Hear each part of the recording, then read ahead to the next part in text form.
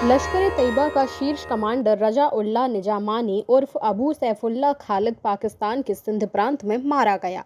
जम्मू कश्मीर के पहलगाम में हुए आतंकी हमले के मास्टरमाइंड सैफुल्लाह खालिद को अज्ञात हमलावरों ने मार दिया।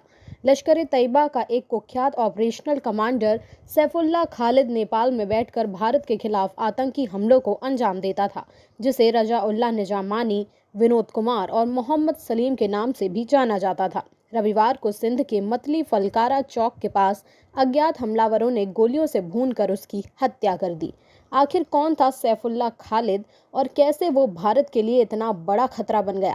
आइए समझते हैं इस वीडियो में। सैफुल्लाह ने 2000 की शुरुआत में नेपाल में लश्कर तैयबा के आतंकी मॉड्यूल का नेतृत्व किया। वो नेपाल में छिपकर भारत में आतंकियों की घुसपैठ, भर्ती और फंडिंग का इंतजाम करता था।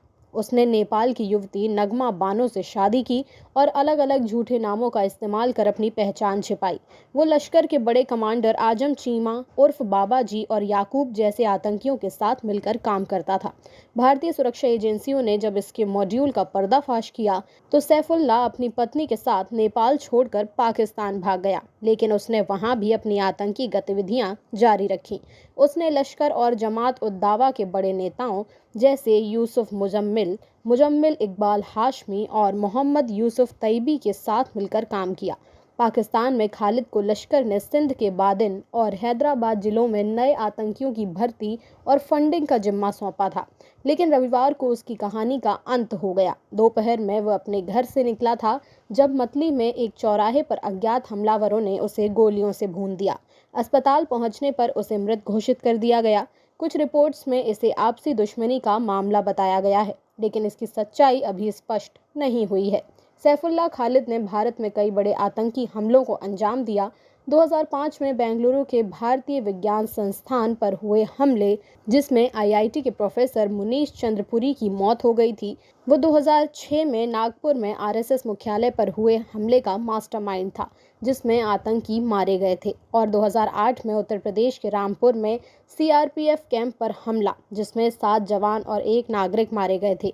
इन सभी में खालिद की भूमिका थी। हाल ही में एनआईए ने खुलासा किया था कि सैफुल्लाह खालिद 22 अप्रैल 2025 को हुए जम्मू कश्मीर के पहलगाम हमले का भी मास्टरमाइंड था।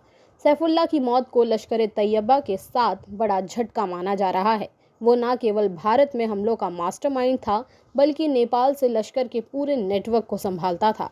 उसकी हत्या ने एक बार फिर पाकिस्तान में आतंकियों की रहस्यमयी हत्याओं के सिलसिले को सुर्खियों में ला दिया है। इससे पहले भी पाकिस्तान में बीते 2 साल में 16 आतंकियों को इसी तरह मार गिराया गया है। इन सभी आतंकियों की हत्या का पैटर्न लगभग एक जैसा है। सभी आतंकियों की हत्या के बाद यही बात सामने आई है कि अज्ञात हमलावरों ने गोली मार दी। अगर आपको जानकारी पसंद आई हो तो वीडियो को लाइक और शेयर करें, और अगर आप चैनल पर नए हैं तो सब्सक्राइब करें।